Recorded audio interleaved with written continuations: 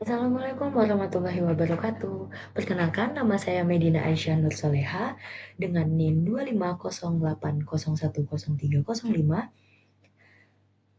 dari Fakultas Hukum Universitas Negeri Semarang. Pada kesempatan kali ini, saya akan mempresentasikan tentang evaluasi pemerintah dalam menegakkan kebijakan anti korupsi. Sebelum memasuki pembahasan, saya akan menjelaskan dulu apa itu korupsi. Dari bahasa Latin, korupsi korupsi dalam bahasa Latin, korupsi disebut corruptio atau corruptus, memiliki makna merusak atau menghancurkan dan dapat diartikan juga keburukan, ketidakjujuran atau tidak bermoral. Dalam bahasa Belanda disebut korupti dan Indonesia mengambil serapan bahasa dari bahasa Belanda. Mengapa sih sampai sekarang Indonesia masih disebut sebagai negara berkembang? Sampai saat ini Indonesia disebut negara berkembang. Salah satu faktor sulitnya menjadi negara maju adalah karena angka korupsi di Indonesia masih cukup tinggi. Dari data persepsi korupsi atau CPI tahun 2019, angka korupsi di Indonesia mencapai 40. Walau sempat turun ke angka 34, namun tahun 2024 kembali naik menjadi 37. Ini menunjukkan korupsi di Indonesia masih besar dan perlu ditindaklanjuti. Walaupun angka kemiskinan berhasil ditangani, namun ini semua tidak menutup kasus korupsi menerus bertambah. Mengapa sih penegakan kebijakan anti korupsi itu diperlukan? Kasus korupsi di Indonesia sudah banyak terjadi, namun hukuman yang didapatkan oleh para koruptor tidak seberapa. Masyarakat Indonesia masih banyak yang kekurangan, tapi para koruptor bisa dengan santai menikmati fasilitas yang ada di balik sel penjara. Ketidakadilan seperti inilah yang harus diurus dan dirubah oleh pemerintah agar kesejahteraan dan keadilan bisa terjamin. Dua contoh kasus besar korupsi adalah kasus korupsi Hambalang dan kasus korupsi IKTP. Orang-orang yang terikat di kedua kasus ini adalah orang-orang yang hampir sama dan masih memiliki hubungan atau keterkaitan satu sama lain. Ini menunjukkan bahwa hukum yang ada di Indonesia saat ini masih terlalu lemah. Korupsi masih berani bertindak seenaknya karena hukuman yang diberikan dari atas tidak membuat mereka jera. Lalu sebenarnya hukuman seperti apa sih yang diterima oleh para koruptor itu? Pada kasus korupsi Hambalang, kerugian negara hampir mencapai 1 triliun. Namun, para tersangka hanya mendapat hukuman penjara 5 tahun dan yang paling lama adalah 10 tahun saja. Bahkan, hukuman denda yang tidak seberapa dari hasil korupsi mereka banyak yang dipotong oleh pengadilan.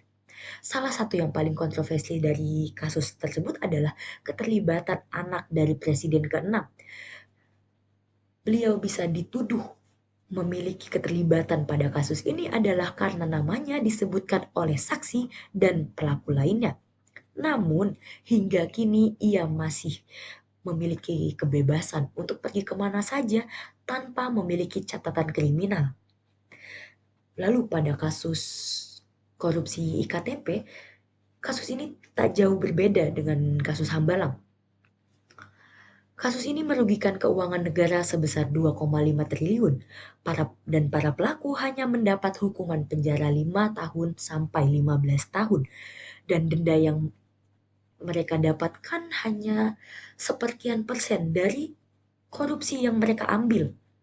Tak sampai situ, salah satu dari mereka ada yang mendapat kebebasan untuk keluar masuk dari dalam sel. Walaupun katanya terduga ini masih tidak boleh memiliki keterkaitan dalam politik, masih tidak boleh memiliki keterlibatan dalam politik selama 5 tahun. Namun tetap saja ini menunjukkan bahwa ketidakadilan pada hukuman korupsi di Indonesia saat ini masih cukup dipertanyakan oleh masyarakat. Bagaimana sih sebenarnya para pengadilan bisa menunjukkan sikap tegas untuk hal-hal seperti ini? Lalu dari masyarakat sendiri bagaimana sih sebenarnya solusi yang bisa diberikan kepada pemerintah? Di sini saya akan menyampaikan 4 solusi. Yang pertama adalah melakukan perubahan undang-undang yang berlaku saat ini, karena undang-undang ini masih dianggap remeh oleh para pelaku-pelaku korupsi, sehingga mereka masih berani melakukan hal-hal seperti itu. Hukuman-hukuman yang diberikan kepada pelaku hanya terasa kecil dan remeh untuk mereka. Sehingga perlu ada penguatan dan perubahan dalam undang-undang ini. Yang kedua adalah memperkuat struktur KPK. Seperti yang kita tahu, KPK adalah Komisi Pemberantasan Korupsi. Dalam struktur KPK perlu ada penguatan karena jika tidak, KPK hanya dianggap sebagai lembaga yang tidak berguna.